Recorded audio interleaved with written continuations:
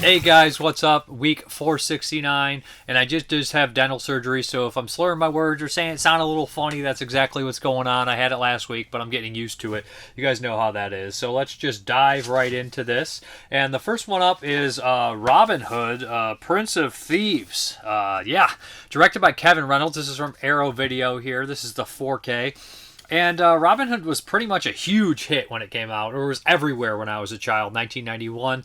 This is actually one of the first movies I remember watching with my family, and just we all really enjoyed it. We love Friar Tuck, all that kind of stuff like that. So when Arrow was putting this one out, I was like, oh, geez, man, that's going to be kind of a walk down memory lane. Now, Robin Hood is supposedly based on maybe possibly a real guy. It's kind of up in the air, but it's a classic story. Steal from the rich, give to the poor. Kevin Costner was kind of a big star at the time. You know, Dances with Wolves had just come out. He had won an Academy Award, bunch of stuff for that. And he decided to tackle this one because he liked the script so much. Now, it doesn't follow the traditional story of Robin Hood exactly. There's some changes and stuff, including the addition of a Muslim character played by Morgan Freeman and Azim, and some other changes as well. I don't know exact story from Robin Hood. You know, my close probably comparison would be the old Disney one that I always used to like as well. So Robin Hood was kind of a staple for me in the 90s through the Disney one and this one. But yeah, revisiting this one was actually kind of really a treat. So Kevin Reynolds had worked with Kevin Costner one time before in his directorial debut, and he would go on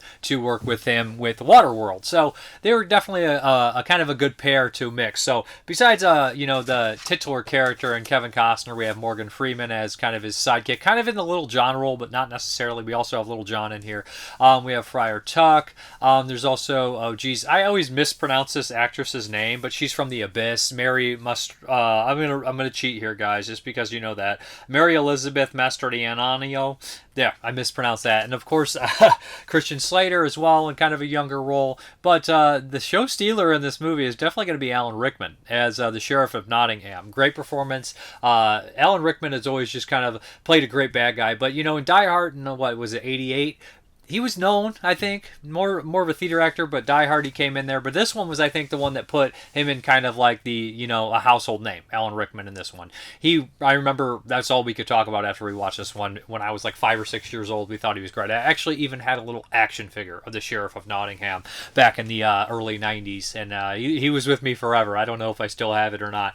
But yeah, so the plot is, of course, Kevin Costner ends up going on the Crusades to follow kind of the king at the time, I believe. And Sheriff of Nottingham starts to kind of take away lords and take over things and start to kind of go for a power struggle. He's very corrupt, and he's planning on taking over, the kingdom and all that. Kevin Costner ends up getting back with losing his friend, but he definitely has an interest in his friend's sister when he comes back.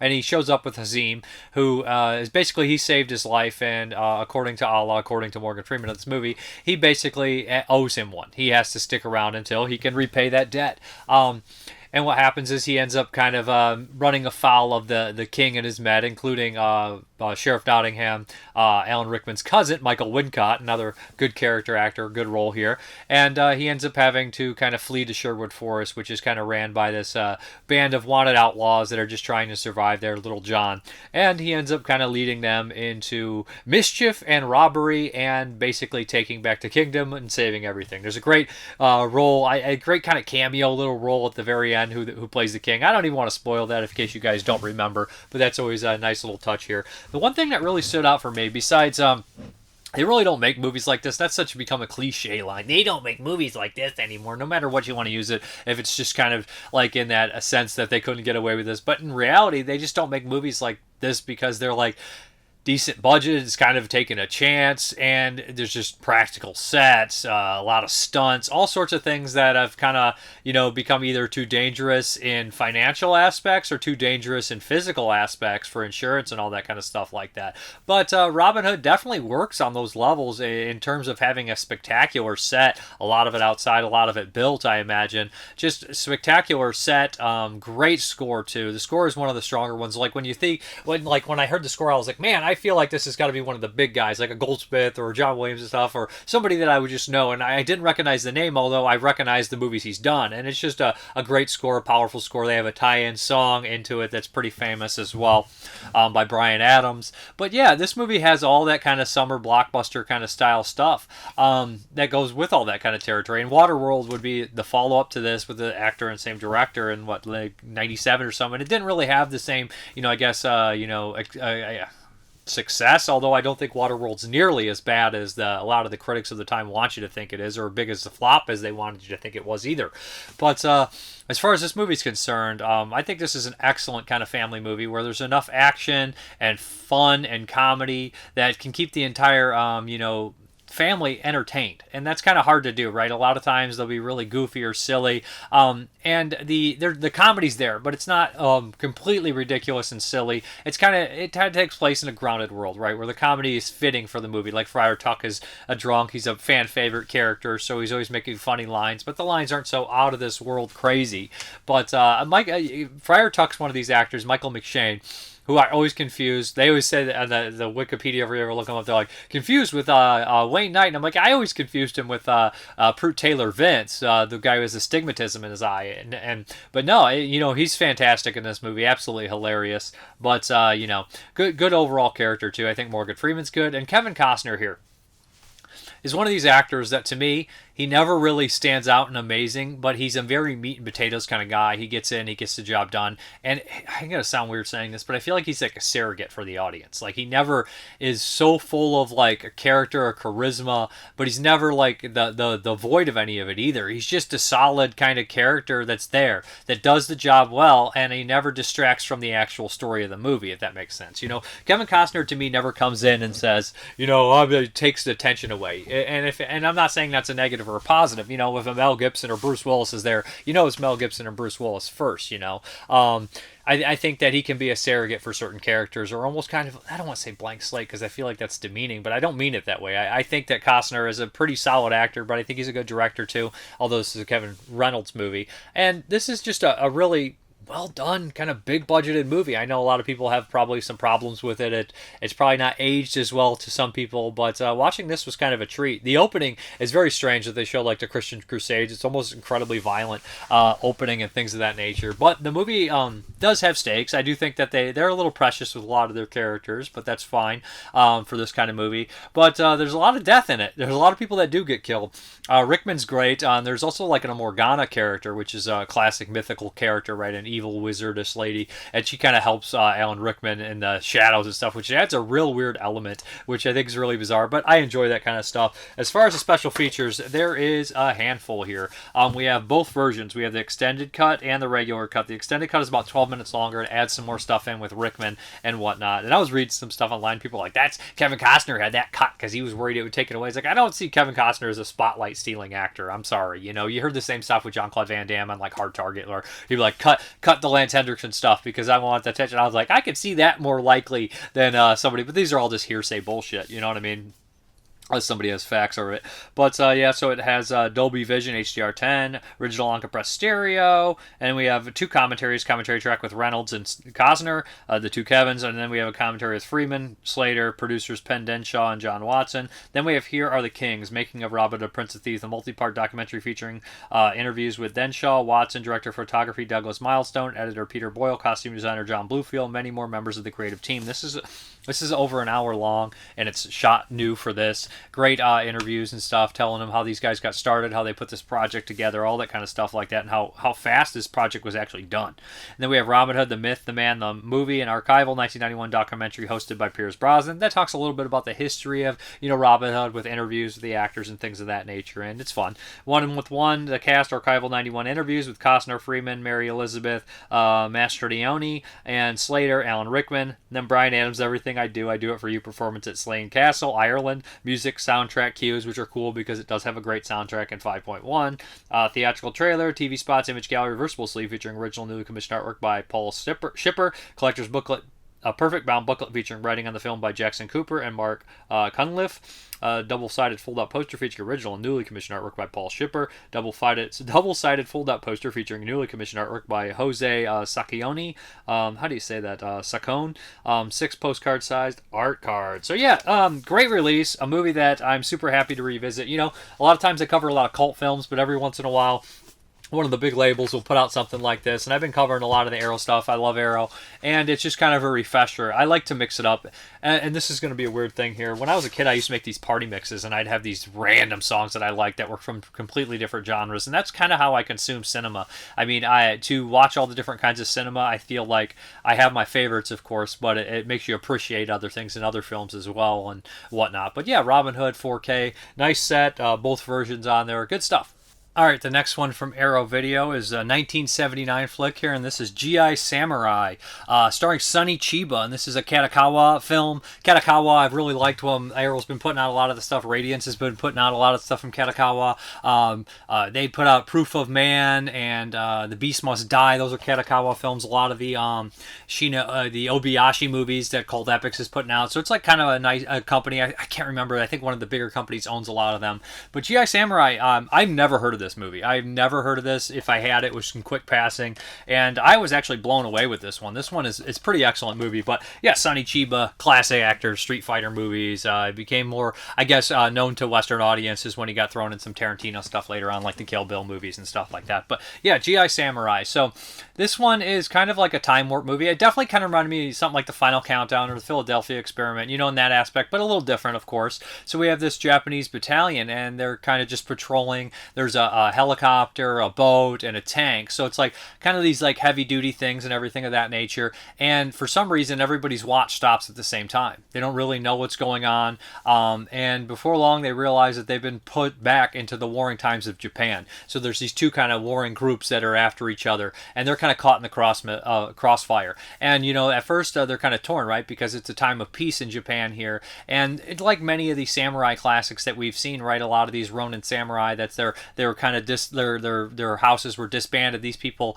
they don't really, in the peaceful times of Japan, they feel kind of lost, and they almost kind of not necessarily look for a reason, but a lot of times it's an honor for them to actually die in battle or find a reason to do these sort of things. So that's kind of where we're at with G.I. Samurai in that aspect, when you kind of get in Sonny Chiba's kind of mindset, right? He's in this character that was built for war, built for battle in his own mind, but now that he's in this peaceful time, but when he gets transferred into this warring time, right, of these two kind of factions, and immediately he connects with one of them when the other group kind of attacks them and they have to defend themselves. And at first it felt like this kind of whimsical movie where it was kind of magical and weird and not really explained in the teleportation, any of that kind of stuff like that. And they don't really go into depth on that. But pretty quick, about 30 minutes in, somebody gets killed, and a couple people get killed, and I said, this is going to be a little different, especially the way it depicts violence. You know, it gets pretty graphic, and it is incredibly surreal, almost kind of like Walker, the movie by Alex Cox, right, where that movie is based on a true character that kind of went into history at a period piece time, but towards the end of the film, we start getting more modern technology. So the idea, it's not in that aspect, but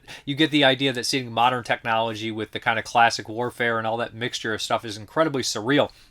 In this movie, you have these tanks and you have these machine guns actually going against these people that have spears and bow and arrows and cannons, and you're just like, this is mind-bending. And at first, they have great success, of course, and this is like an epic movie, 2.5 hours long, and they don't necessarily want to get into battles, but they end up doing kind of having that. And of course, you know, you think that they're going to be incredibly successful forever, but the tactics and the war that these people have actually had helps the kind of you know, the people from the past out a little bit more than you kind of expect here. But yeah, Sonny Chiba is an interesting character, but this movie also, being that long runtime, has a lot of other characters that it explores that I thought were really interesting, in the fact that it kind of tackles this character who is going to abandon his post and run away with a woman, and that's kind of a tragic story there. We have this other character who is kind of dishonored, and he feels very incredibly disgusted with himself, but also the entire, I wouldn't even say self, but the entire, you know, Japanese, you know, army, all that kind of stuff like that, and he just ends up going rogue, and we get a lot of Vietnam Vietnam style stuff, which is actually really dark too. So this movie, it doesn't like play. For some reason, I let my guard down where the lighting and the color and all the kind of feel of it all, like maybe it's the Katakawa feel, but they do really dark stuff too. But it had this look where it was going to be this kind of almost soft, whimsical, more sci-fi oriented movie, but it becomes this kind of gritty, dark war movie as well, and a really well done drama. And it has that period piece stuff in here. This is a great mixture of weird kind of stuff I didn't necessarily expect, and ended up thinking that GI Samurai was a nice little kind of hidden gem. I'm sure a lot of people have seen this a million times, but I had not, and I had not heard of this one. So watching this one actually kind of won me over. But we have two optional viewing modes: view seamless branching, the original Japanese, or the uncut English language version, time slip, with lossless English mono. And then we have brand new commentary by Sam Deegan and Tom Mez. Great combo, because Tom Mez is like the classic Japanese guy. He does a lot of stuff, and Sam Deegan is more of a contemporary one for me. I've heard her on a lot of horror stuff and cult movies, so them together was a good combination, I think. A good fight introduction by Japanese film specialist Mark Schilling, acting and self-defense appreciation by Matt Alt, author of Pure Invention: How Japan's Pop Culture Conquered the World, Back in Time, and discussion of the film by authors and film critics Masuki Nomura and Tatsuya Matsudo. Cast and crew interviews from 2005 with Sonny Chiba, Iso Natsuyagi, Hitsumitsu Suzaki, Kamayatsu Mansur, Yun Udo, and Kiriyashi. Original trailer, image gallery, reversible sleeve featuring original newly commissioned artwork by E. Seedy, collector's booklet featuring new writings on the film by Josh Slater-Williams. So great release here, and incredibly surreal, excellent experience here in GI Samurai. Okay, this next one here is from Eureka Films, and this is The Cruel Tale of Bushido. And this is from 1963. And this movie drove me mad. And it's not a negative on it. It's just a movie that actually angered me because that was the movie's intent. So this one kind of opens up in contemporary times, and it has this woman who's just tried to commit suicide due to something that her husband feels, or her fiance feels, responsible for. He's saying, am I the reason for this? Am I the reason for this? Maybe I have to take a look at my lineage and my past history. And he starts opening up these books of his entire family timeline, and he jumps through very, very early periods in Japan, and we go over, at least over half a dozen different timelines here, and this is kind of I think about a 2-hour movie, so we jump on these periods, and in the very opening we have this character who says, I am putting myself to your family and my children and my grandchildren to this lord, right? These kind of feudal lords and stuff, and people would assign their family and have this undying loyalty to these lords, even if they ended up being awful. And we've seen that a lot in the Samurai Rebellion trilogy that Arrow put out, right? Where we have the guys that we associate are good guys trying to go out and stop this cruelty, but then we have this guy who's committed to the evil lord, and he's not a bad guy. He has to follow honor, and he'll take that honor over anything, and he'll defend this awful person no matter who's after the person, right? So that's kind of where we're at here, where we have this honor, this blind dedication to these awful people. And throughout the time, we see all these awful kind of vignettes, kind of in this vein of something like the Shogun's Joy of Torture, not as extreme or horror-oriented as that, but these are the kind of,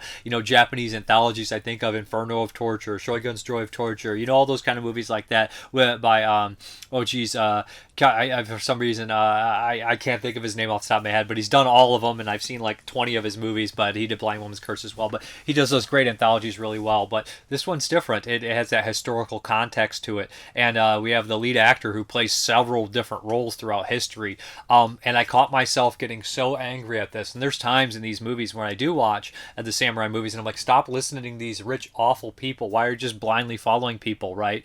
And those usually have the cathartic moment, or that dark, awesome like fight scene where you can that's the catharsis is there. This one has no catharsis really. It does have kind of an ending to say maybe people are changing, but there's no cathartic ending to it, and it absolutely drove me fucking insane through this. And I mean that as a compliment, because that's the movie's basically condemnation of the historical idea that you must follow these lords. And there's rape scenes, there's people being forced into sexualities they don't want to be forced into, and there's even in the modern times there's people selling out. And I was so aggravated at all the basically the male people of the family that I just it's better to die standing up than live on your knees sometimes. But I'm sure we all kind of do this, where we follow these things that other cultures and countries think are absolutely insane to do it, right? But really well done, but aggravating as all hell, but excellent movie. And that's the movie's intent too, but there's some really dark stuff in here.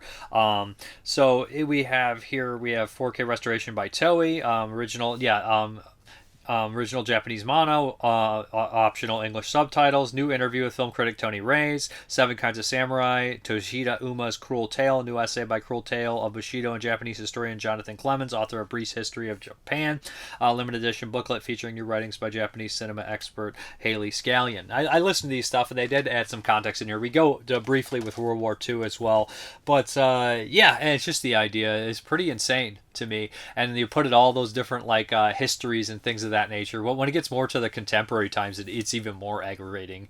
But I'm like insulting the movie, like it's annoying, but no, it's well done, and it serves its purpose, and its intent is it hits you over the head with it. You get it at the end. It's good stuff. Okay, this next one here, it's been so long since I've seen this movie, probably over 25 years. Yeah, maybe, not roughly. When did this come out? I probably saw this one probably roughly when it came out a couple years after that. And this is Cradle of Fear. This is from Honored Films. This is Alex Chandon. Alex Chandon did a movie in 2011 called Inbred, which was a fun exploitation movie. But I had known Alex Chandon before that from stuff like Cradle of Fear and Pervella, which is a fun movie, and his infamous shorts. And I'll talk about the shorts later. They're also on here, which I absolutely love. But Cradle of Fear, was it his second feature-length film, maybe yeah, after Pervella. But yeah, so here we go here. This is an anthology. It's damn near 2 hours long. And I feel like this is going to sound really weird here, but this is exactly what I think Danzig wanted to do with Erotica. Like, this is the kind of movie it should have been, right? The Erotica is weird and bizarre based off that comic. It's really inept and on comically kind of funny, like unintentionally funny. Cradle of Fear is not that. It's very much a product of its time, right, from the early 2000s, but it's in that kind of extreme product of its time where we have like this, it kind of forces around this serial killer and this kind of like police officer, and these people are all getting killed and they all have their own little stories here. There's one where there's these like kind of two women that are like robbers and stuff like that. To be honest, a lot of the stories don't stand out to me and to where I'm like remembering every little detail of every story, but the one that does is the last one where you have this kind of character go into like this rabbit hole of like internet kind of porn and nasty snuff stuff, and that one I think is probably the most effective. But I do like how it all comes together too with the killer, and Danny Filth from Cradle of Filth is also kind of like this weird kind of entity that goes through the shorts and everything, including sleeping with women and killing women and all that kind of stuff like this. And I know a lot of people probably now, or that were around the time, were like, oh, what's this, Cradle of Filth? And it's not the type of music I listen to, so it doesn't really have an opinion on how I look at the movie. You know, when I was young, you'd always complain that there were like musical artists in movies not doing a good job. This movie's so low budget at this point, and now I look back on it, I'm like, hey, did they do an okay job? Like, you know, LL Cool J or Ice-T or Ice Cube, you know, they do well in those movies and stuff like that, or Justin Timberlake's fine too. You know what I mean? I really don't have any complaints about that kind of stuff. Now I got bigger problems, but Danny Filth being in here is kind of a strange kind of addition, I would say, you know. Oh, it's like back in the day with Pledge Night, they had the guy from like Anthrax, right? So, I mean, musical people have all been tossed into horror movies, Alice Cooper and stuff like that. But, yeah, this movie has really solid gore. Sometimes I think it's mixed with digital, and I think that it's early digital mixed gore at the end scene. It's a very iconic kind of gif where the head gets blown off and it pops out. For me, it is, at least. And I think that was really well done, you know? And the special effects are solid. There's plenty of, like, nudity and sleaze, and you don't really get to see that many extreme British movies from this time, so that's always a plus. And I know I'm not spending as much time on this movie because I definitely want to dive into the shorts, because the shorts are kind of like something that has been with me for a long time. It was probably one of the first stuff I reviewed on YouTube, but there was this German import that I ended up importing years ago, and it was like Alex Chandon shorts, and it had like 4 or 5 of these shorts on here, and this bad boy has a second disc on here. So the first disc does have some making of Cradle of Fear from like the German special edition, important words, and you know, Alex Chandon seems like a wild man, definitely not PC in the old kind of making of, but back then a lot of people that were making this stuff were joking and goofing and saying all sorts of insane stuff as well. But there's a couple little making ofs on here and behind the scenes kind of stuff. But the second disc is kind of where I was completely won over with this release. I like Cradle of Fear, I think, for what it is, kind of a low budget horror gore kind of anthology. It's pretty damn cool, especially very much a product of its time. Fits perfect with the On Earth catalog. And then the second disc is even better for me. So we have a bunch of shorts on here. Chainsaw Scumfuck, starting off in the mid 80s, I think, and then we kind of progress into the 90s. But Chainsaw Scumfuck, Bad Manor, Bad Karma, Drillbit, Night Pastor, Bullshit News, full of Film Extremes 3 promo, Borderline, short outtakes, short behind the scenes gallery, shorts, trailers. But Chainsaw Scumfuck's really short, kind of a crazy little grimy like backyard horror movie, fun. Texas Chainsaw kind of shout out. Bad Manor, I didn't even know existed. This is one of the shorts that I wasn't on there. Never seen this one. It's like 30-40 minutes long, and it's kind of about an ugly guy that's in this manor, and these two rich girls, not rich girls, but these like two asshole girls stop by, American girls, and they annoy him. And of course there's a slasher around. I won't spoil it. It's cheap, it's silly, it's fun. Then we have Bad Karma, which I think is Alex Chandon's kind of like masterwork as far as a short is concerned here. This one's absolutely a blast. We have these shapeshifters that are basically running amok in UK and changing into monsters and ripping everybody to pieces, and this one guy survives, and it's a big showdown at the end with some hillbilly rednecks. It's over the top, it's crazy. It kind of reminds you of something like, you know, Peter Jackson, or even crazier, early splatter stuff. Great stuff. Drillbit is absolutely fantastic. It's like also 30 minutes long, and it has narration by Jim Van Bever, and he's absolutely off his fucking chain crazy. Great little short here. About a post-apocalyptic guy, the guy who gets put in a post-apocalyptic world where they offer this AIDS medicine and everybody turns into a mutant monster and shit, and everybody goes crazy. Bloody, funny, gory. Night Pastor is a short kind of one where about a priest that goes out at night and kills a bunch of people. He's kind of a piece of shit. Bullshit News is relatively incredibly short and weird and not really much of anything but kind of silly.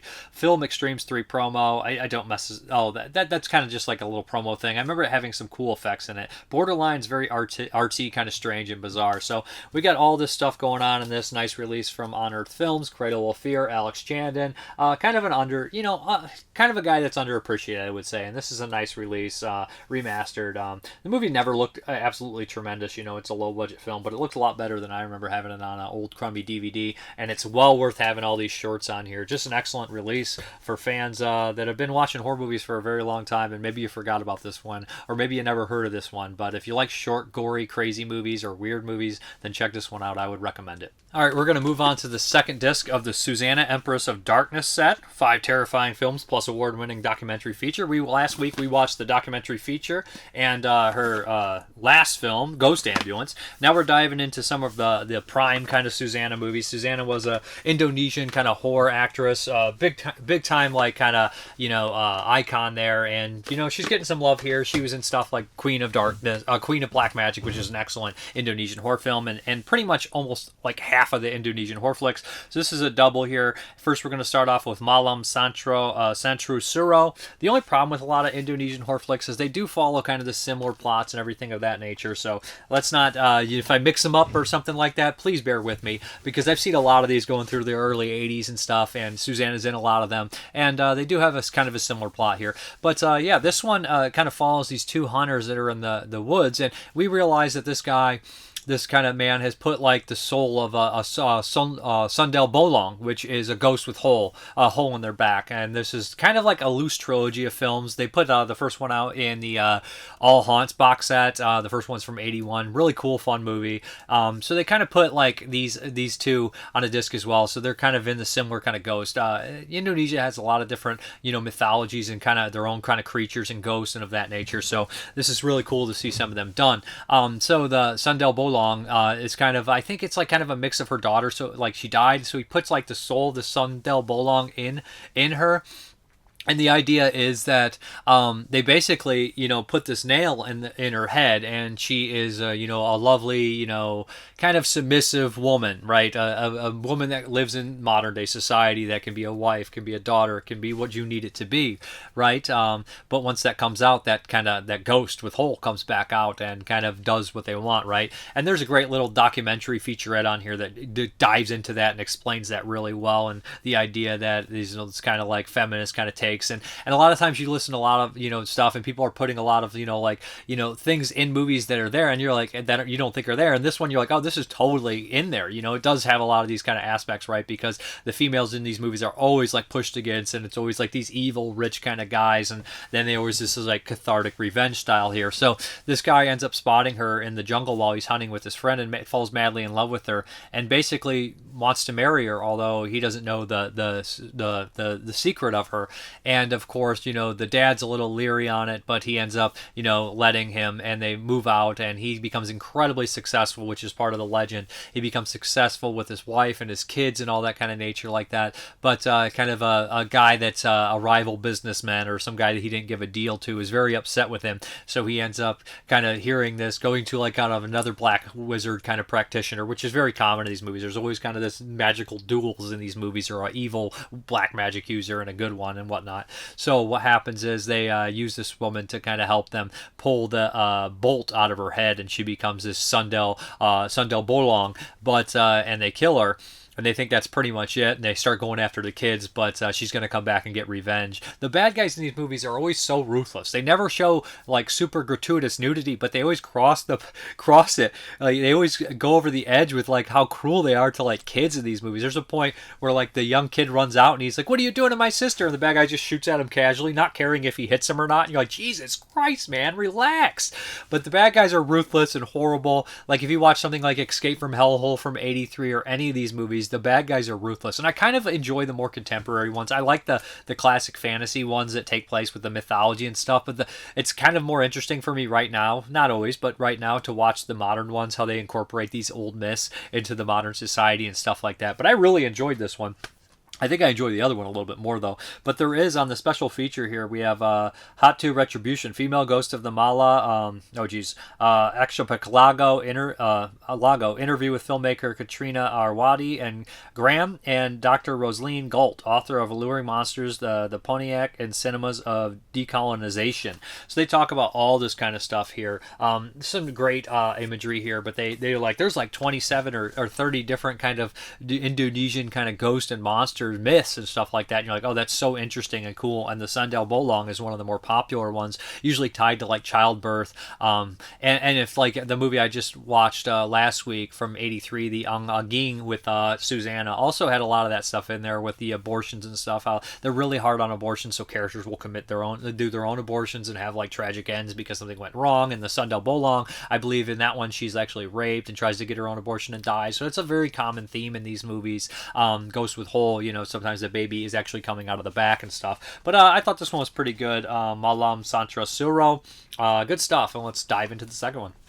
Okay, the second one here is Kliwon Friday Night, and this one's a little bit different here, so it definitely stars Suzzanna as well, and she has like ties to the past, right? And she ends up she's this famous author, right? And she needs like kind of peace and kind of her isolated idea, right? That's such a classic tale. It's like, well, I want to go to this place to write my book and whatnot, The Shining, or I Spit on Your Grave, or The Nesting. And this movie has a lot in common with the 1981 movie The Nesting, which is advertised as a slasher. It's more of a ghost story, and this one is more of a ghost story as well. In fact, this movie is almost identical to The Nesting, and I'm not saying anybody ripped him off. It's a common story, but it has a lot of similarities. But so she ends up finding this mansion that she sees, and she's drawn to it, of course, because there's some family semblance and their family ghost kind of lineage and whatnot in this place. But she goes up and she asks, I'd like to talk to the owner. I'd like to write a book here. And at first they're leery. The owner is a very incredibly old man, and he's kind of decrepit, but he agrees, and she starts to write the book, and almost immediately strange things start to happen. She starts to see like this entity pop up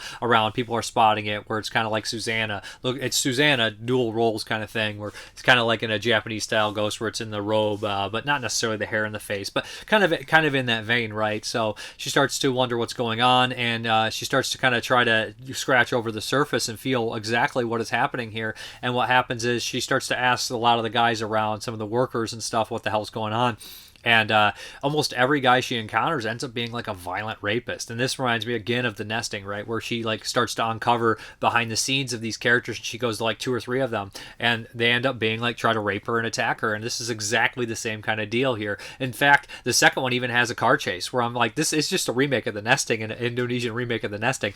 But that's kind of what happens here, right? She starts to dig deeper, and there's this big reveal of who the ghost is and who the old man is and all that kind of stuff like that. But I enjoyed this one. I like these kind of stories here. A nice little mystery to the ghost story, and it is fairly violent too. There's a couple kills in here, a couple people get killed in pretty weird, crazy ways. But yeah, this one's good. This is a good one here. I would recommend this one. Kill on Friday Night. I think it's a little bit more approachable probably than the Madame Sacho Sutro, but I think they're both approachable, much more approachable than like the one I watched, like Again, which is just more like fantastical and stuff. I think the contemporary stuff I think people get into, but if you only can watch 2 Indonesian horror flicks right off the bat, I would suggest Mystics in Bali and Queen of Black Magic right off the bat, and then maybe dive into some of these ones, because Ghost with Hole would be another good one to check out to get the glimpse of it. But the whole trilogy, loose trilogy I say, are fun, and I enjoyed these ones. I actually really like these ones. They look fucking great too, and I've been used to watching these on like the ones that I did see that haven't had releases and stuff, like watching them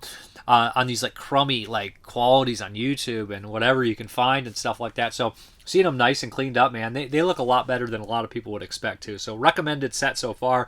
Love this disc more than the first one. I love the documentary most, but these movies I definitely enjoyed more than Ghost Ambulance. Just more my time, my place. Late 80s kind of stuff here. I think one's 86 and one is 88. You can kind of also see them kind of like picking up on the violence and everything like that. So yeah, definitely doing that. And this is not Rappi. These are not Rappi films. These are Soraya. So they talk about her kind of changing where she was going in the documentary too. Like she was doing all these movies with Rappi and stuff, and then she kind of moved. And these are both directed by Siswaro Gunamaputra, who to me is the premier kind of Indonesian horror director. He did so many movies from the early 80s, Satan Slaves and all sorts of stuff like that. So yeah, he's just a great director in himself. He did Satan Slaves. I'm pretty sure he did. But that's also one that you should start off with. Severn put out. That's a classic Indonesian horror flick, so check it out. All right, let's get into those 1983 movies. I have returned.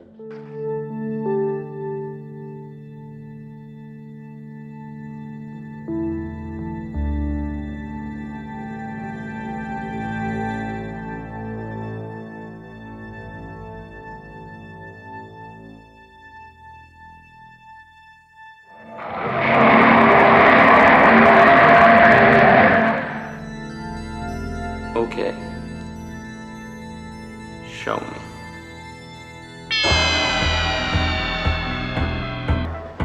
Where is the music now?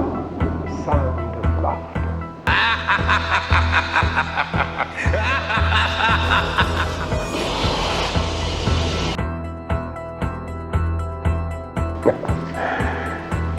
There was never laughter.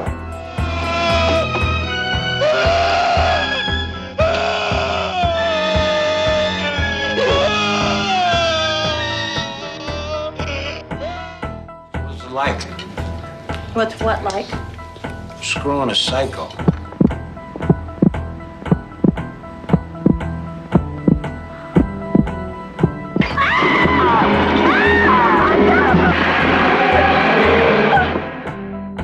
What the fuck was that? It's gone. Guy blows dead dogs. Just lay it in there. Eat shit and die, Ricky! Eat shit and live, Bill. Yeah, Bill, he's a little wet. 31. 32. 32. Year of a man's prime. Loved by many women. You might still learn to swim. 32. Going. Gone. The kid was cut in half, Arnie. They had to scrape his legs up with a shovel. Well, isn't that what you're supposed to do with shit? Scrape it up with a little shovel. One final moment of revenge. Wondering what's real. All of it is real. You want to see something really scary? You bet. Really? Yeah. Get the video, Joe! Long live the new flesh! No choice but to kill the son of a bitch. Living one's entire life in a state of fear. It is all I have ever known. Fear. Are you ready? Okay, go ahead.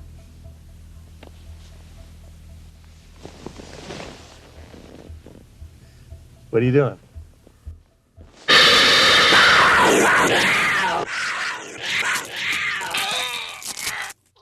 All right, the first one up is directed by Norman Thaddeus Vane, who was like a playwright originally, did a lot of plays and things of that nature. If you listen to a special feature about this guy led an incredibly interesting, crazy life where he wrote for Penthouse, editor Penthouse, all sorts of shit like that. He also was responsible for writing Black Room. Now, if you listen to the commentary on Black Room from 1982, the director said he directed all that movie, and then it just some like money reason he needed to be credited as well. I don't know the truth. It's all back and forth hearsay. But this is not. He directed a few movies in his day, but I think the only two horror films, straight up horror films he did involved with were Black Room and Frightmare. Not to be confused with the 1974 Pete Walker, Sheila Keith movie. That's pretty fun. Actually dark, but still fun. Frightmare, 83. This is a rewatch here, and rewatching this one, I enjoyed it a little bit more here. So it stars Ferdy Mayne, who is in stuff like, he was in the Max Spock's, the weird, bizarre Deaf Crocodile one, where he plays like it was a mini-series thing, and he plays like a Dracula in that. He played a couple times, he played a vampire, Fearless Vampire Killers, and he's in a couple other horror movies too. But he's kind of, been in a few movies, Howling 2 as well, and he's kind of like an old British kind of, classic actor deal here, and you could tell they wanted somebody like Christopher Lee. In fact, they even have old images of Christopher Lee on TV playing like it's kind of a Ferdy Mayne thing. So the plot here is really bizarre because Ferdy Mayne plays this old kind of classic actor here, Regsgoff, and he is kind of like he's really old and he's kind of dying, and he has this fan club which has people like Luca Bertovici in it from the Ghoulies movies. He directed the Ghoulies and the Granny, and he's this actor in Parasite and stuff like that. And it also has another guy from the Ghoulies, I can never remember his name, and it has Jeffrey Combs in there. So it's got a nice little young cast in here before Combs is anybody really. But there's these horror kind of obsessed fans, and they love Ferdy Mayne and everything like that. So in the opening, you learn that Ferdy Mayne is kind of an evil guy. Don't cross him, and he's like this uptight kind of classic actor that doesn't like being insulted. So you learn that he's pretty dangerous in the very beginning of this one. But one day he's having this kind of like big ceremony thing, and he kind of falls ill, and he wants to have this big kind of elaborate funeral, right? Like he wants this guy to direct his funeral and everything like that. But so he sets up all these like kind of cameras and films himself and stuff, and he eventually dies. But what happens is these group of kids kidnap the body, very much like children shouldn't play with dead things, because they want to spend a couple of nights with Ferdy, and hang out, just to kind of worship him. But they're like punk ass kids too, weird horror fans. I don't know any horror fans that would do that, but there's like 7 of them, and I said like Jeffrey Combs and Luca Bertovici is the main one and everything like that. But this movie reminds me, of course, of the year before. There's One Dark Night, right, where this evil guy with these kind of special powers claims that he's draining these like life forces and he's going to come back, right? And he comes back in the mausoleum, aka what mausoleum. So this one takes place predominantly in a mausoleum, in this house by a mausoleum, all that kind of stuff like that. So I was like, oh, it reminds me of One Dark Night the year before. It also reminds me a lot of the movie Arnold from 1973, which is about this guy marrying after he dies to this woman, and he has all these recordings of himself and stipulations. You're like, is Arnold really dead? It's very much in that aspect as well. And then, of course, it's like the Vincent Price, Peter Cushing movie Madhouse, and of course Theater of Blood, where we have this kind of hammy actor who, is getting revenge on these people that did him wrong. But I think it's kind of that mix with One Dark Night, because he does have these supernatural aspects as well. But he's brought back to life because the lady from Concrete Jungle and Chained Heat is kind of this like occult woman, and she's friends with the wife, and she's like, I'm going to give you the power. Whatever happens, he comes back and he starts to pick off these people in real weird supernatural ways. There's also, you'll recognize the big fat kind of cop in here who pops up and stuff like Don't Answer the Phone. He's like, these are nice pitches. He's also in Porky's, very memorable in Porky's. He's Porky himself. He's in The Hearst. He's just this character actor in a handful of movies. He's very memorable. He plays the cop in here, and I feel like there's another detective in here who was like a blink and you'll miss it role, and I think it's the guy from Zone Troopers and Surf 2, one of the dads from Surf 2. If I'm not wrong, I believe it has to be him. Just a split second he's in there. talking to our Butterball Sheriff, as they call him in the Hysteria Continues podcast commentary on here. But yeah, this movie, rewatching it, it was a lot more fun than I remembered. It was a lot more playful, and the idea that this old kind of hammy actor who's definitely in on the joke is coming back and having fun and killing these people was just kind of fun too. And this kind of supernatural killer too. We do have them, like I said, One Dark Night, but not in the kind of the slasher kind of vein. This is more supernatural aspect, kind of bending it a little bit and making it a little bit different than your traditional kind of just hack and slash guy. He has magic powers where he can use telekinesis, lift coffins, do all sorts of crazy shit, and kill them in these kind of trap kind of mechanisms like Dr. Five. So this is definitely in that kind of vein and stuff. And I think it's cast well because this guy in a lot of ways is like those kind of classic actors and whatnot. A lot of good features on here. We have 2K scan, look great, 35mm. New video interview with cinematographer Joel King. He bears it all, man. He talks about his career and talks about getting addicted to drugs and getting off drugs and getting in fights with football players. It was an interesting career in life. Did good work on cinematography as well. Archival audio interview with director Norman Thaddeus Vane, and this is during the runtime of the movie, and they just talk about his entire career, and he says a lot of stuff, and you're like, man, this guy's did some pretty shitty things, right? Cheating on his wife a lot, or the idea for Black Room came from. Historical commentary track with David Delval and David Takatu, from, of course, they're both filmmakers. Well, David Delval is his film historian, actually worked on this movie, knows all the old Hollywood actors, got great stories. David Takatu also worked on tons and tons of movies and made a bunch of movies, including Dream Maniac, and other things of that nature. Commentary track by Hysteria Continues, one of the guys, like 4 or 5 guys that do slasher podcast, good stuff, and original trailer, reversible sleeve. Troma reissued this on Blu-ray as well. This is a DVD combo from Vinegar Syndrome, the Exploitation TV line. But there is, I think, a widely available, same print, I believe, from Troma as well. But Frightmare, this time around, I enjoyed it a lot more than I did. Would recommend Frightmare. It's a lot more fun and kind of clever, although the second half becomes kind of generic and everything like that. And also, early performance by Jeffrey Combs, looking like a kid. Decent performance. He doesn't get to do that much, but he's fun enough. Okay, this next one is a Spanish flick, and this is directed by Jorge Grau, who did things, or Jordi Grau as he liked to be called, who did things like Let Sleeping Corpses Lie and Legend of Blood Castle, and those are 2 great movies here, especially Let Sleeping Corpses Lie is one of my favorite. This is Hunting Ground, a Code of Hunting from '83, and this is like you think, oh, this has got to be your standard rape revenge movie. Years ago, before this had a Blu-ray and stuff, I always thought that was kind of the idea, right, that this is going to be this dark, twisted rape revenge movie, and it's dark and twisted, but, it's a little bit more complex than that, and, the early 80s had a lot of that kind of deal. And the 70s, of course, had the vigilante kind of Death Wish style movies and stuff. And then you get to like the early 80s and you have Class of 1984, Death Wish 2, and you have movies that are kind of questioning like a lot of things like Fighting Back, and they like to play with a little bit more. And bringing these characters, and that's a classic trope too. What's the TV movie that came out in '83? I watched it earlier, where they basically defend their house, and they have to defend their house from these people, and it's like a weird kind of take on it, where it kind of talks about the struggles when you actually do kill somebody when you're defending your house. And I think this movie is your classic kind of Hills Have Eyes story, right? Where you have a very liberal character who's put in this horrible situation that has to take violence into his own hands to save his family and save his life and all that kind of stuff like that. But it's a little bit more nuanced, I think, than that. This is kind of a long runtime movie. I think it's a little too long for what it is, but overall, I enjoy this one. Lead performance is really good, really strong. So basically what we have here is this defense attorney. She's incredibly liberal. She always kind of sides with, criminals and things of that nature, and always wants to defend them.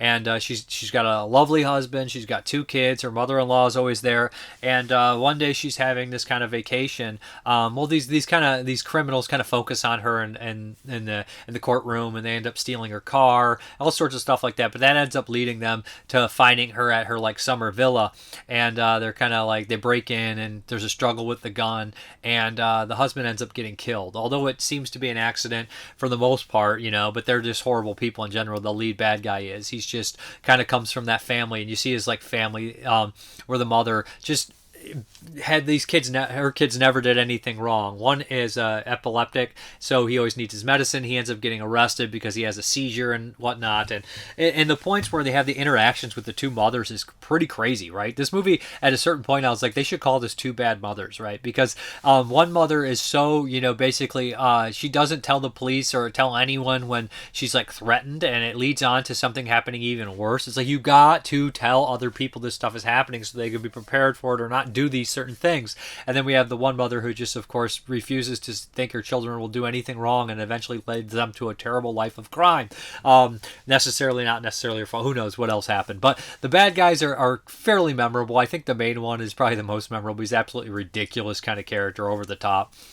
But yeah, this one ends on a pretty fucking dark note. They set up the kid to kind of take a law into his own hand at certain points, and they set it up with a gun. And, overall, I think this is a really good one. And you're watching the movie, and you're like, this is kind of standard, kind of a little long-winded in times, and then it hits the ending, and there'll be like a moment or two where they go to certain places where, like, somebody gets battered with, something over their head, and you're like, oh, geez, that's really dark. And then we'll have the fireplace scene, which I don't necessarily want to spoil, where you're just like, Jesus Christ, you're going there? So, like, Horty Grau, he never seemed to be one to shy away from gratuitous violence, to the point, but it's not always all gratuitous violence. Like, you'll be watching the movie and it have like almost kind of a slow pace, and then something will just pop in there where you're like, oh shit, like Let Sleeping Corpses Lie. There's one scene in that movie with the woman, the secretary, and you're just like, where, I don't want to spoil that scene, but it's pretty nerve-wracking when that happens, or it's just shocking. Shocking's the word, because you don't expect that. But I love that movie. I think this one's good. I don't think it's quite as good. There's an interview with him that's a long one. It's a 50-minute interview where he talked a little about this movie and his career and stuff like that. But I would recommend this one. If you guys never seen this one could definitely be a hidden gem if you're into the kind of, revenge-o-matics, as they call them. This is a good one. And also, it's a little bit, I guess, I know some people watch this and be like, that's not complex at all, that's sloppy and stupid and whatever. It at least attempts, I think, and does a fairly good job at talking about the subject a little bit more so than, your latter-day Death Wish sequels, which I absolutely love. They're guilty pleasures and everything like that, but guilty pleasure is a stupid thing. I like the fucking movies, I don't care. But, the latter-day Death Wish movies, where they're just so ridiculous and fun and nonsense, but I think one of them does try to, like, have Bronson have nightmares about it, too, like 4, I think, but, this one is a little bit more, I guess, intellectual than some of the ones that I've seen. But yeah, good stuff. Hunting Ground, great stuff. Looks great, too. You can watch it in Spanish or English. Okay, the last one from 1983 is Beauty Rope Cosmetology. And this is a Nikatsu erotic film, if you can't tell by the title, right? They love their ropes, man. And this one is kind of standard in a lot of aspects, and they kind of are leading you to one thing, how this one's going to end. It's kind of your standard nice girl, kidnapped, forced to change and turned into this kind of sexual deviant character that maybe enjoys the kind of rope play, whatever. And then there's this big reveal at the end, but you kind of see coming. But I don't even know if it's supposed to be a secret reveal, but it's definitely dark and nasty as these movies get. But I can't think. This director actually did, I believe they did Black Soul, Black Hair Velvet Soul, which I think is an excellent one of these, and I think they did Blue Woman, which is also a pretty damn good one from 83, both those 82, both those from 82. And this one's not quite as good, it's decent, but it's very standard for me. When you see a lot of these, it's like, yeah, this is very typical and standard in these aspects, Like one of the other ones I watched this week, this for 83 was like the period piece one. I was like, this one's a little bit different because that with the mailman and stuff and the looming World War II stuff going on. I thought that made it a little better. This one's perfectly serviceable if you like these kind of movies, but the woman is kidnapped, and she has a great relationship with her father. The mother is dead, and she's put into the typical stuff. She's forced shaved, she's tied into the ropes, and she's forced to kind of semi-enjoy this kind of stuff or whatnot. And then the group of people that are training her and whatnot. There's like a guy, a younger guy, and then like a woman that's obviously there. In fact, I believe it's the same actress from Black Hair Velvet Soul. She's in a bunch of these movies, and she's got a really iconic face. This image quality wasn't as good as some of the other ones. They used AI subtitles, which held up pretty well, honestly. But then, the end reveal is, of course, this incestuous, nasty thing, which is, of course, move over, old boy. We got something else for you. This was doing it in 1983, but it's very typical of these movies. Overall, decent, not amazing, not the best Nikatsu erotic film kind of horror thriller you'll see, but definitely a serviceable one. And if you like these, I'd recommend it. Okay, the Patreon pick is a banger. It's the Weekly Western. Let's go.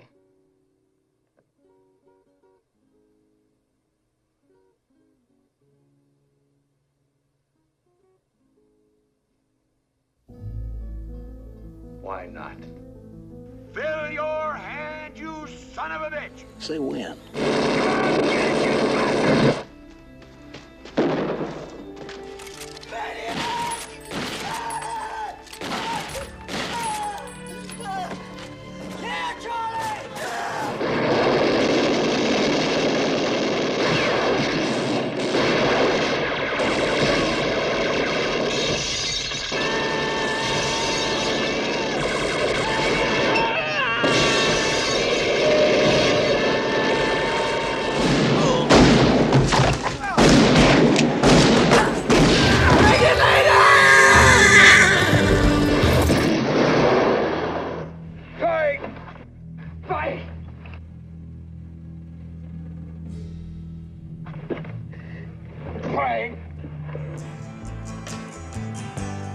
Feel I'm knocking on heaven's door. Knock, knock, knocking on heaven's door. Hey, Kitty, you bastard! It's you and I!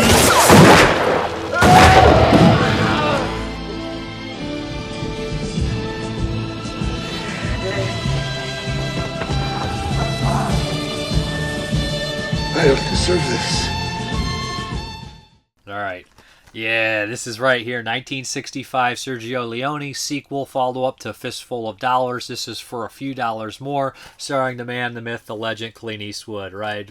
Kind of reprising the man with no name kind of character, maybe, maybe not. Lawsuit, yeah. And also is kind of like, it's going to sound weird saying this, the breakthrough role for Lee Van Cleef. Now, he was in a bunch of movies and smaller roles, but this is kind of his big first starring role, and he had to go all the way to Italy to get it. Sergio Leone invited him to do it, saw him, said, hey, you want this role? He took it, and his career kind of blew up in Italy after that, coming back for Good, Bad, and Ugly. He had a bunch of other, the Big Gun Down, the Sabata movies. So this kind of kickstarted Lee Van Cleef's second career, if you will. It also has got Gene Volante Maria in there, who's a madman, very intense actor. He was, of course, in Fistful of Dollars. He's in A Citizen Above Suspicion.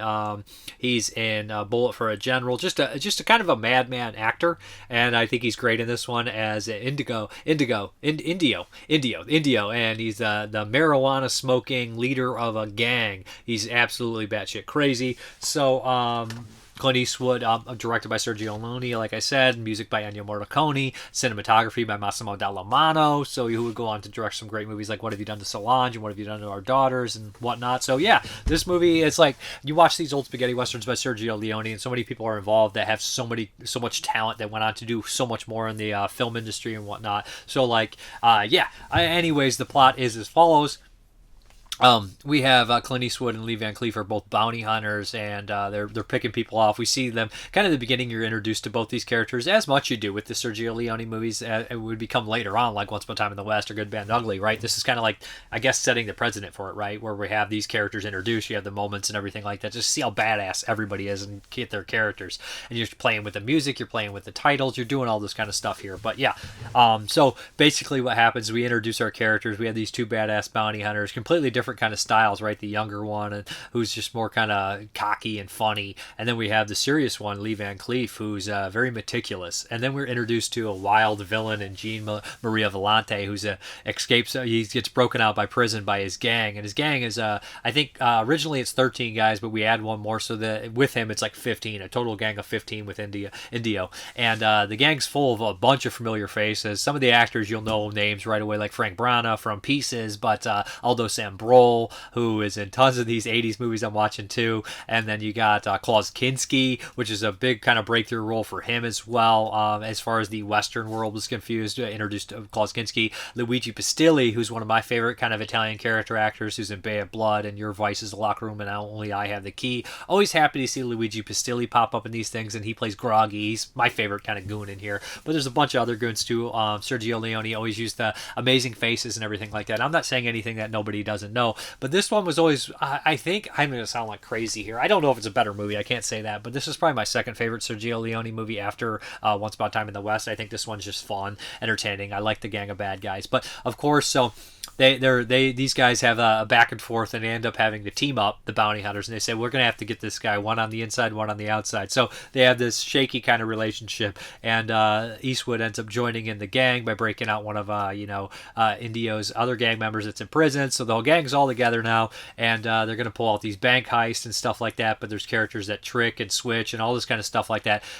Indio is so cool because he has this stopwatch that plays this song, which becomes this diegetic music that plays within the soundtrack and plays within the movie and stuff. And when the music stops, you shoot. That's one of the most memorable things too. And he's this haunted, crazy, violent criminal that it's induced by marijuana. But you know what I'm saying? Like, it's just a weird dated thing. But the idea that he's smoking weed is way ahead of its time too. So like this idea that he's playing this soundtrack, he's just haunting. He's a haunted character, and everybody he comes in contact with, he's fucking destroys, or he's just a great character. One of the best baddies in these kind of movies like that. And I love his intensity, man. He's just nuts. You can see the craziness in his eyes.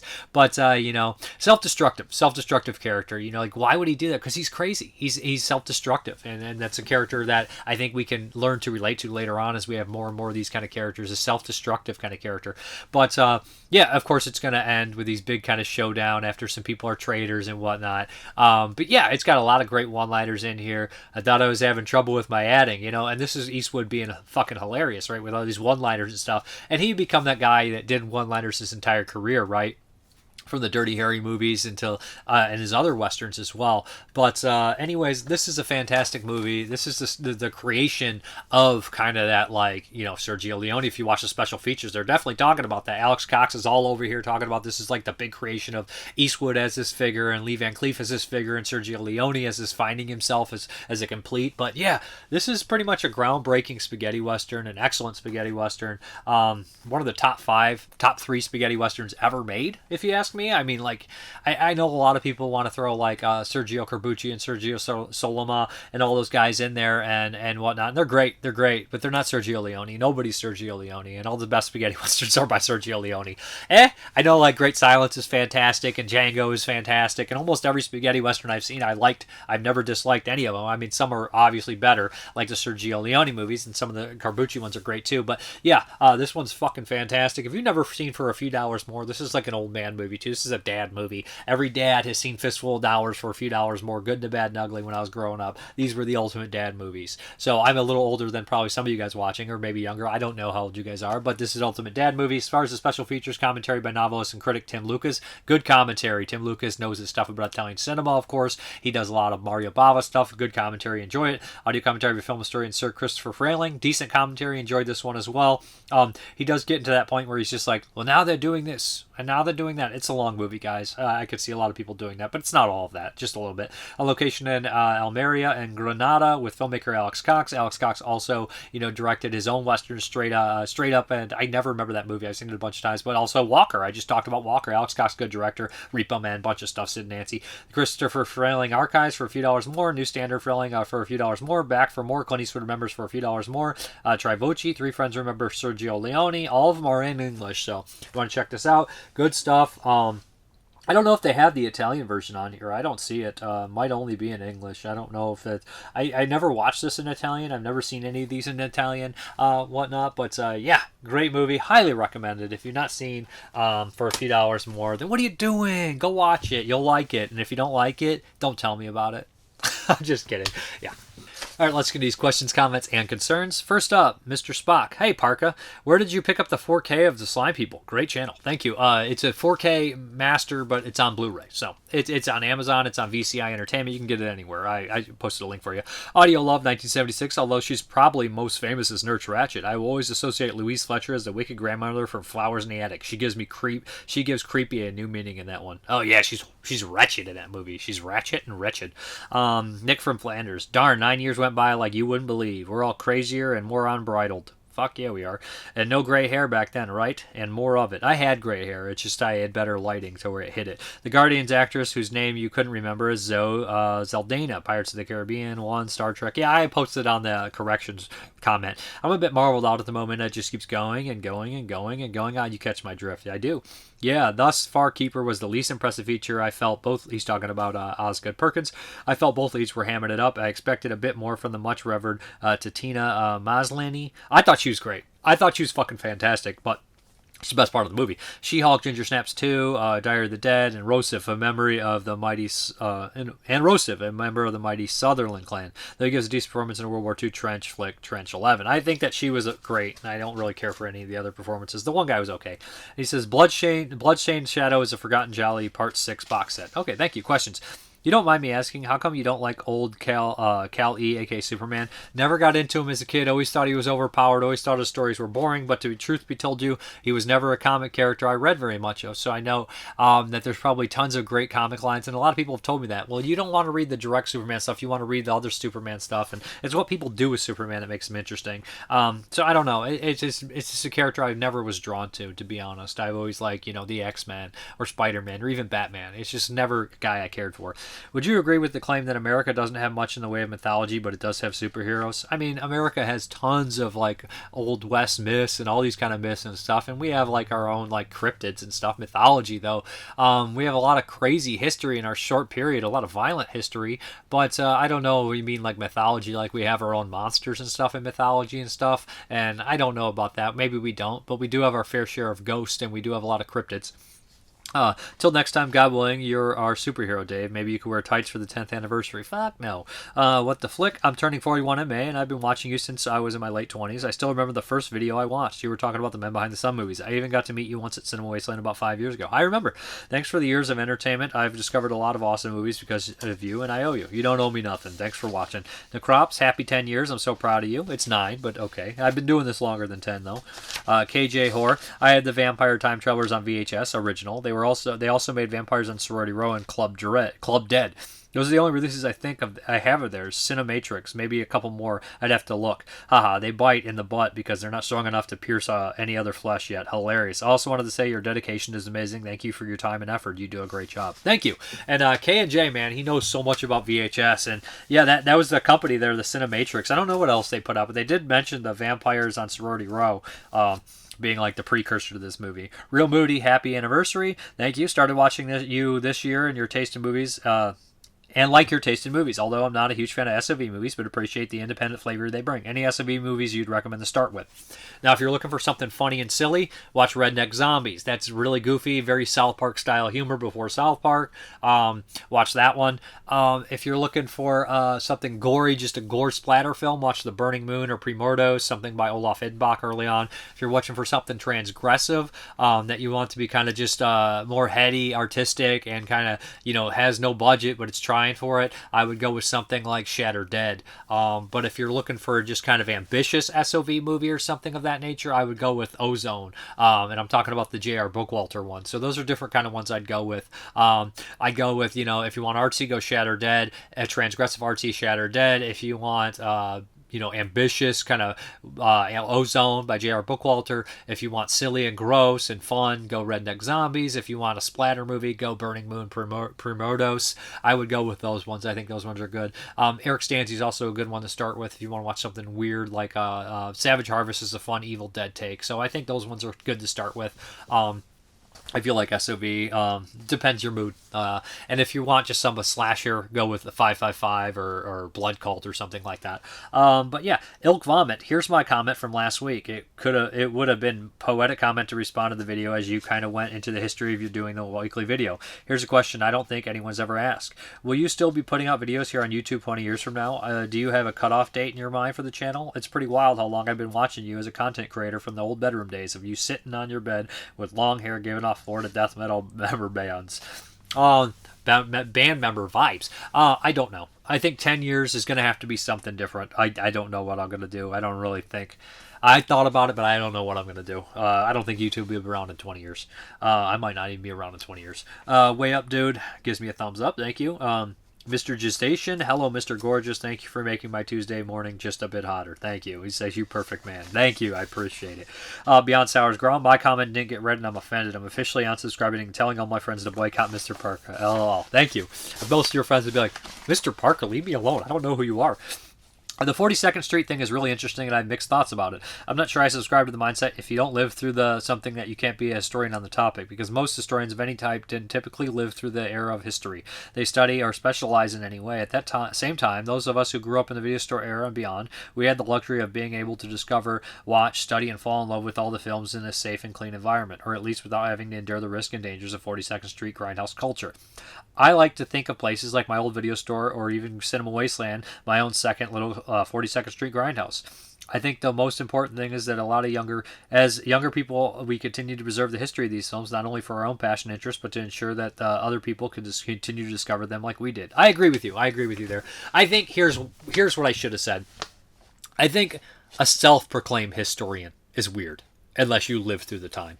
Let somebody else call you a historian. You know what I mean? I would never say I'm a historian. I'm just a film fan. You know what I mean? I would not say historian at all. But, so I think like a self-proclaimed historian, unless you lived through that time or you've been called a historian by dozens of people, then you maybe can call yourself a historian. But it's just weird when people are like, I'm this historian. It's bizarre. But I get what you're saying, and I agree. It feels like less and less younger people are interested in the stuff, and then it goes on and on and on. Maybe more niche. I don't know. Ken Coakley, I was green with envy when I saw your stuff from Cinema Wasteland. Severed is my favorite label, and they keep showing it. Why? I haven't seen Night of the Shark since the 80s. In the mid-80s, I used to buy Variety, a film industry magazine. Every quarter, they put out a long, glossy editions with artwork from some of the movies that haven't been made yet to attract financiers. It was called the MIFT edition, and they had serious sections announcing new films being shot. In 87, I had a copy that announced filming was starting on Hellbound Hellraiser 2. The horror geeks that worked at the theater with me got excited. Anyway, the artwork for Night of the Sharks made its way into the MIFT edition of Variety. The artwork showed a sunken plane with a great white shark seemingly guarding it. The film got made on, and my local video store had it. I also wanted to see it because they had got Treat Williams, my original influence when I wanted to be an actor, was in it. The picture quality wasn't very good, and while the cover promised great whites, it was a tiger shark. I have to watch it again, but I think some of the attacks look like footage from Terrera. Now about the week's update. My best friend and I met in 1998 while we were working at a video store. A customer asked if we carried Faces of Death. She asked the assistant manager if we carried it, and he said that they refused to carry it, much to the relief of my best friend. I didn't agree because I'm against censorship. The assistant manager was lazy. He let me alone when I was new and went off on 2-hour lunches, so his opinion didn't mean much to me. My bestie and I left to work at Suncoast. The customer asked for Faces of Death, and they refused to carry it as well. Then one year at Rock and Stock, there was vendors' tables from the store that was nearby. My best friend and her husband went as well. While they were getting autographs, I picked up Faces of Death on Blu-ray. I showed it to my best friend, and she looked like I betrayed her or something. She begged me to return it, but I didn't. And Walmart in Texas had 5 of them in a set. I forgot to ask you about your update last week. Was that from the March Cinema Wasteland? Is there an October one this year? And if so, will you be attending? Also, do you still get autographs, or do you spend most of the time at the vendor's table? So they canceled the October Wasteland. It's no longer being a thing.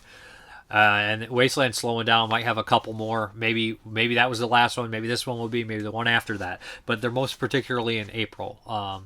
April, the first weekend of April. If it starts in March, it's the end of March, but usually the first weekend of April is every Cinema Wasteland now. They stopped doing the October one. I don't really buy autographs anymore. I guess I got burnt out on the prices and stuff, and I'm more of a film fan. I'm not a memorabilia guy necessarily, unless something really piques my fancy, but usually I'm just in it for the movies. I'm in it for the movies, right? So that's really where I'm at here. But yeah, let's get into this quick update here.